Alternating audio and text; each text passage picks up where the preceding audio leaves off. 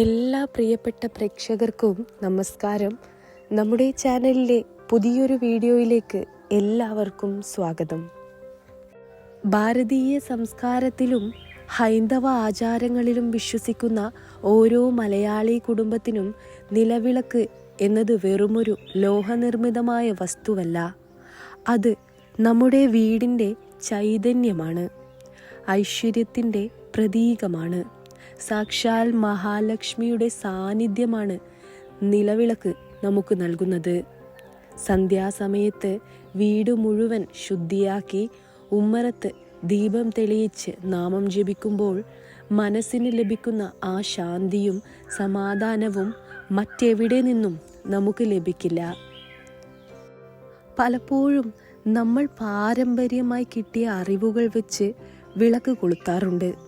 എന്നാൽ അതിനോടൊപ്പം ചെയ്യുന്ന ചില കാര്യങ്ങൾ, പ്രത്യേകിച്ച് കിണ്ടിയിലെ വെള്ളം വെക്കുന്നതിനെക്കുറിച്ച് പലർക്കും കൃത്യമായ ധാരണയില്ല.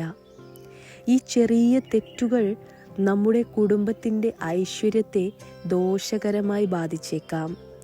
അതുകൊണ്ട് കിണ്ടിയിലെ വെള്ളം എങ്ങനെ ഉപയോഗിക്കണം, വിളക്ക് അണച്ചതിന് ശേഷം ആ വെള്ളം എന്ത് ചെയ്യണം എന്നതിനെക്കുറിച്ച് വളരെ വിശദമായി തന്നെ നമുക്ക് ഇന്ന് ചർച്ച ചെയ്യാം. ഇത് വെറുമൊരു ആചാരമല്ല, ഇതിനു പിന്നിൽ വലിയ ശാസ്ത്രീയവും ആത്മീയവുമായ കാരണങ്ങളുണ്ട്. വീഡിയോയിലേക്ക് കടക്കുന്നതിന് മുൻപായി നിങ്ങൾ ഈ ചാനൽ സബ്സ്ക്രൈബ് ചെയ്യാതെയാണ് കാണുന്നതെങ്കിൽ തീർച്ചയായും ചാനൽ സബ്സ്ക്രൈബ് ചെയ്യുക. വീഡിയോ ഇഷ്ടമായാൽ ലൈക്ക് ചെയ്യാനും അതുപോലെ തന്നെ നിങ്ങളുടെ വിലയേറിയ കമൻറ്റുകൾ രേഖപ്പെടുത്താനും മറക്കരുത്. ഈ അറിവ് പ്രയോജനപ്പെട്ടു എന്ന് തോന്നിയാൽ തീർച്ചയായും മറ്റുള്ളവരിലേക്ക് വീഡിയോ പങ്കുവയ്ക്കുക. എന്തിനാണ് വിളക്കിനൊപ്പം കിണ്ടിയിൽ വെള്ളം വെക്കുന്നത്? അത് നിങ്ങൾ എപ്പോഴെങ്കിലും ചിന്തിച്ചിട്ടുണ്ടോ? നമ്മുടെ പ്രപഞ്ചം നിർമ്മിക്കപ്പെട്ടിട്ടുള്ളത് പഞ്ചഭൂതങ്ങളാലാണെന്ന് നമുക്കെല്ലാവർക്കും അറിയാം. ഭൂമി, ജലം, അഗ്നി, വായു, ആകാശം. ഒരു നിലവിളക്ക് കൊളുത്തുമ്പോൾ അവിടെ അഗ്നിയുണ്ട്. അത് വെച്ചിരിക്കുന്നത് ഭൂമിയിലാണ്. വായുവും ആകാശവും അവിടെ സ്വാഭാവികമായും സന്നിഹിതമാണ്. എന്നാൽ ജലത്തിൻ്റെ സാന്നിധ്യം കൂടി ഉണ്ടെങ്കിൽ മാത്രമേ ആ പൂജ അല്ലെങ്കിൽ ആ ചൈതന്യം പൂർണ്ണമാവുകയുള്ളൂ. പഞ്ചഭൂതങ്ങളുടെ ഈ സമന്വയം നടക്കുമ്പോൾ മാത്രമാണ് അവിടെ ഈശ്വര ചൈതന്യം ആവാഹിക്കപ്പെടുന്നത്.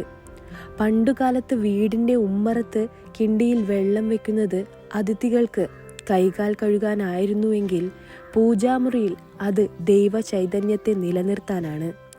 ഓട്ടുകിണ്ടി ഉപയോഗിക്കുന്നതാണ് ഏറ്റവും ഉത്തമം. കാരണം ഓട് പോസിറ്റീവ് ഊർജത്തെ കടത്തിവിടാൻ ശേഷിയുള്ള ലോഹമാണ്.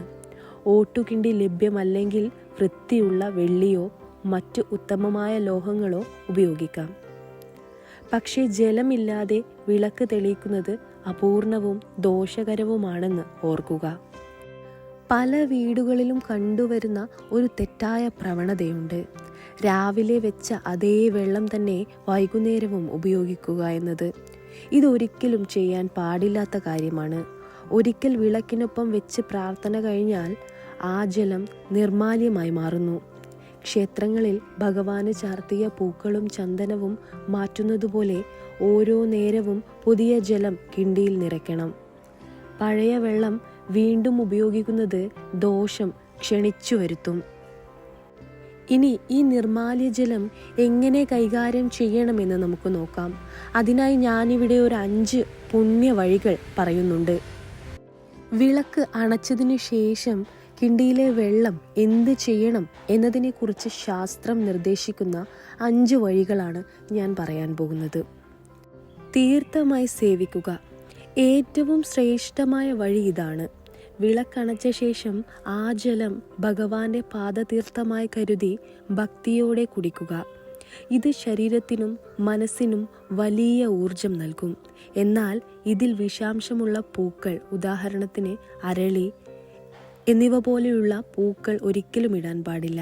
തുളസിയില മാത്രം ഇട്ട വെള്ളമാണെങ്കിൽ ഇത് എല്ലാവർക്കും കുടിക്കാവുന്നതാണ്.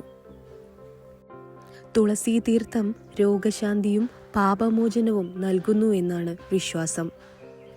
ഇനി അടുത്തതായി തുളസിത്തറയിൽ നമുക്ക് ഈ വെള്ളം ഈ നിർമാല്യം ഒഴിക്കാവുന്നതാണ്. കുടിക്കാൻ സാധിക്കാത്ത സാഹചര്യമാണെങ്കിൽ ആ വെള്ളം തുളസിത്തറയിൽ ഒഴിക്കാം. എന്നാൽ സമയം ശ്രദ്ധിക്കണം. സന്ധ്യ കഴിഞ്ഞോ രാത്രിയിലോ തുളസിയിൽ വെള്ളം ഒഴിക്കരുത്. രാത്രിയിൽ സസ്യങ്ങൾ വിശ്രമിക്കുന്ന സമയമാണ്. ആ സമയത്ത് അവയെ ശല്യപ്പെടുത്തുന്നത് വിപരീത ഫലം നൽകും. രാത്രിയിലാണ് വിളക്കണക്കുന്നതെങ്കിൽ ആ വെള്ളം അവിടെ തന്നെ വെച്ച് പിറ്റേന്ന് രാവിലെ സൂര്യോദയത്തിന് ശേഷം മാത്രം തുളസിത്തറയിൽ ഒഴിക്കുക.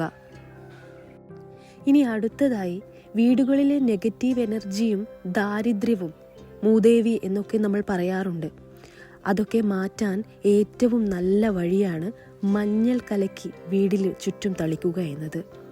കിണ്ടിയിലെ വെള്ളത്തിൽ ഒരു നുള്ളു മഞ്ഞൾപ്പൊടി ചേർത്ത് വീടിൻ്റെ അകത്തും മുറ്റത്തും തളിക്കുക. മഞ്ഞൾ മംഗളകരമാണ്. ശാസ്ത്രീയമായി നോക്കിയാൽ ഇതൊരു മികച്ച അണുനാശിനിയുമാണ്. ഓം നമോ നാരായണായ എന്ന് ജപിച്ചുകൊണ്ട് ഇത് ചെയ്യുന്നത് ഐശ്വര്യം കൊണ്ടുവരും. അതുപോലെ തന്നെ നിങ്ങൾക്ക് ഈ നിർമാല്യം പുണ്യസസ്യങ്ങളുടെ ചുവട്ടിൽ ഒഴിക്കാനും പറ്റും. മഞ്ഞൾ മുള, തെച്ചി, മുക്കുറ്റി, മന്ദാരം, കറ്റാർവാഴ തുടങ്ങിയ പോസിറ്റീവ് എനർജി നൽകുന്ന ചെടികളുടെ ചുവട്ടിൽ ഈ വെള്ളം ഒഴിക്കാം. ആരും ചവിട്ടാത്ത സ്ഥലത്തായിരിക്കണം ഇത് ഒഴിക്കേണ്ടത് എന്ന് പ്രത്യേകം ശ്രദ്ധിക്കണം. ഇനി അടുത്തതായി, ഫ്ലാറ്റുകളിലും മറ്റും താമസിക്കുന്നവർക്കുള്ള വഴിയാണ് പറയാൻ പോകുന്നത്. മണ്ണോ തുളസിത്തറയോ ലഭ്യമല്ലാത്തവർ ഈ വെള്ളം ഒരു പാത്രത്തിൽ ശേഖരിച്ചു വെക്കുക. ആഴ്ചയിലൊരിക്കൽ പുറത്തു പോകുമ്പോൾ ആരും ചവിട്ടാത്ത മരച്ചുവട്ടിലോ മറ്റോ ഇത് ഒഴിക്കാവുന്നതാണ്. ഒരിക്കലും ഈ പുണ്യജലം സിങ്കിലോ അഴുക്കുചാലിലോ ഒഴിക്കരുത്. അത് നിങ്ങളുടെ പ്രാർത്ഥനയ്ക്ക് വിപരീത ഫലമാണ് നൽകുന്നത്. ഇനി അതുപോലെ തന്നെ കിണ്ടി വെക്കേണ്ട സ്ഥാനവും രീതിയുമാണ്. കിണ്ടി വെക്കുന്നതിനും ഒരു കൃത്യമായ രീതിയുണ്ട്. നമ്മൾ വിളക്കിന് അഭിമുഖമായി നിൽക്കുമ്പോൾ നമ്മുടെ വലതുവശത്തായിരിക്കണം കിണ്ടി ഇരിക്കേണ്ടത്. അതായത് വിളക്കിൻ്റെ വലതുവശത്ത്. കിണ്ടിയുടെ വാല് എപ്പോഴും കിഴക്ക് ദിക്കിലേക്ക് തിരിഞ്ഞിരിക്കണം. കിണ്ടിയുടെ വാലിലൂടെയാണ് ഊർജം പ്രവഹിക്കുന്നത് എന്നാണ് വിശ്വാസം. അതുപോലെ കിണ്ടി ദിവസവും അകവും പുറവും തേച്ചു കഴുകി വൃത്തിയായി സൂക്ഷിക്കേണ്ടത് അനിവാര്യമാണ്. എന്നും വീട്ടിൽ നിലവിളക്ക് കത്തിക്കുന്നതിന് മുൻപായി നിങ്ങൾ വീടും പരിസരവും വൃത്തിയായി സൂക്ഷിച്ചതിന് ശേഷം വേണം അത് ചെയ്യാനായിട്ട്. വൃത്തിയുള്ള വീട്ടിൽ മാത്രമേ മഹാലക്ഷ്മി സാന്നിധ്യം ഉണ്ടാവുകയുള്ളൂ. അതുകൊണ്ട് തന്നെ നിങ്ങളുടെ വീടും പരിസരവും എന്നും വൃത്തിയായി സൂക്ഷിക്കാൻ നിങ്ങൾ ശ്രമിക്കുക. അതുപോലെ തന്നെ നിങ്ങളുടെ മനസ്സും ശുദ്ധിയാക്കണം. ദേഷ്യവും പകയും അസൂയയും വെച്ച മനസ്സുകൊണ്ട് നിങ്ങൾ പ്രാർത്ഥിക്കുന്നത് നിങ്ങൾക്ക് ഒരു ഫലവും നൽകുകയില്ല. അതുകൊണ്ട് തന്നെ മനസ്സ് എന്നും ശാന്തമായി വയ്ക്കുക. ആരോടും വിദ്വേഷമില്ലാതെ പോസിറ്റീവായി മാത്രം ചിന്തിച്ചുകൊണ്ട് ശാന്തമായ മനസ്സോടുകൂടി നിങ്ങൾ മുന്നോട്ട് പോവുക. നമ്മുടെ പൂർവികർ പറഞ്ഞു തന്നിട്ടുള്ള ഈ ആചാരങ്ങൾ വെറും അന്ധവിശ്വാസങ്ങളല്ല. അവ പ്രകൃതിയോടും ഈശ്വരനോടും ഇണങ്ങി ജീവിക്കാനുള്ള ശാസ്ത്രീയമായ വഴികളാണ്. പഞ്ചഭൂതങ്ങളെ ആദരിക്കുകയും നമ്മുടെ ചുറ്റുമുള്ള ഊർജത്തെ പോസിറ്റീവായി നിലനിർത്തുകയും ചെയ്യുന്നതിലൂടെ മാത്രമേ ദാരിദ്ര്യമകന്ന് സമ്പൽ സമൃദ്ധി കൈവരികയുള്ളൂ. ഞാൻ ഈ പറയുന്ന കാര്യങ്ങൾ ഒരു വ്രതം പോലെ നിങ്ങളുടെ ജീവിതത്തിൽ പകർത്തി നോക്കൂ. മനസ്സിനും വീടിനും ലഭിക്കുന്ന മാറ്റം നിങ്ങൾക്ക് തന്നെ അനുഭവിക്കാൻ സാധിക്കും. ഈ അറിവ് നിങ്ങളുടെ വേണ്ടപ്പെട്ടവരിലേക്കും എത്തിക്കുക. ഞാൻ ഈ പറഞ്ഞ കാര്യങ്ങൾ എന്നും ഒരു ശീലമായി കണ്ട് മുന്നോട്ട് കൊണ്ടുപോവുക. ഇത്രയുമാണ് ഇന്നത്തെ വീഡിയോയിലൂടെ എനിക്ക് നിങ്ങളുമായി പങ്കുവയ്ക്കാനുള്ളത്. ഈ ഒരു വീഡിയോ ഇഷ്ടമായാൽ തീർച്ചയായും വീഡിയോ ലൈക്ക് ചെയ്യുക. അതുപോലെ തന്നെ നിങ്ങളുടെ വിലയേറിയ കമൻറ്റുകൾ കമൻറ്റ് ബോക്സിൽ രേഖപ്പെടുത്തുക. എൻ്റെ ഈ ചാനൽ സബ്സ്ക്രൈബ് ചെയ്യാതെയാണ് നിങ്ങൾ കാണുന്നതെങ്കിൽ തീർച്ചയായും ചാനൽ സബ്സ്ക്രൈബ് ചെയ്യുക. ഈ അറിവ് മറ്റുള്ളവരിലേക്ക് പങ്കുവയ്ക്കാനായി വീഡിയോ ഷെയർ ചെയ്യുക. എല്ലാവരുടെയും ജീവിതത്തിൽ ഐശ്വര്യവും സന്തോഷവും സമാധാനവും സമ്പത്തും വന്നു ചേരട്ടെ എന്ന് ആശംസിക്കുന്നു.